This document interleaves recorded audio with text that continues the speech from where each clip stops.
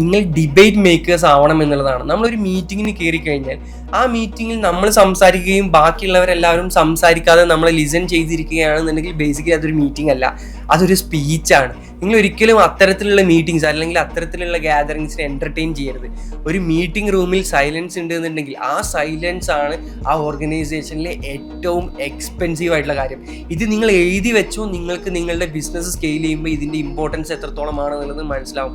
Silence is the most expensive thing in an organisation. ഒരിക്കലും നമുക്ക് silent ആയിട്ടുള്ള employees അല്ല നമുക്ക് വേണ്ടത്, സൈലൻ്റ് ആയിട്ടുള്ള ടീം മെമ്പേഴ്സിനല്ല നമുക്ക് വേണ്ടത്. നമുക്ക് ഡിബേറ്റ് ചെയ്യുന്ന, കോൺവേഴ്സ് ചെയ്യുന്ന, ഒപ്പീനിയൻസിനെ ഒപ്പോസ് ചെയ്യുകയും ഒപ്പീനിയൻസിനെ ക്വസ്റ്റ്യൻ ചെയ്യുന്ന ആൾക്കാരാണ് നമ്മുടെ ഓർഗനൈസേഷനിൽ നമുക്ക് വേണ്ടത്. അപ്പോൾ നമ്മളൊരു ടീമിനെ ഡെവലപ്പ് ചെയ്യുമ്പോൾ നമ്മൾ പറയുന്നതെല്ലാം അനുസരിക്കുന്ന ഒരു ടീമായിട്ട് മാത്രം അവരെ ഡെവലപ്പ് ചെയ്തത് കൊണ്ട് കാര്യമില്ല. അവരെ ക്വസ്റ്റ്യൻ ചോദിക്കാനും നമ്മളെ ക്വസ്റ്റ്യൻ ചെയ്യാനും വേണ്ടിയിട്ട് അവരെ നമ്മൾ മോട്ടിവേറ്റ് ചെയ്യണം. അതിനു വേണ്ടിയിട്ട് നമ്മൾ അവരെ ട്രെയിൻ ചെയ്യണം.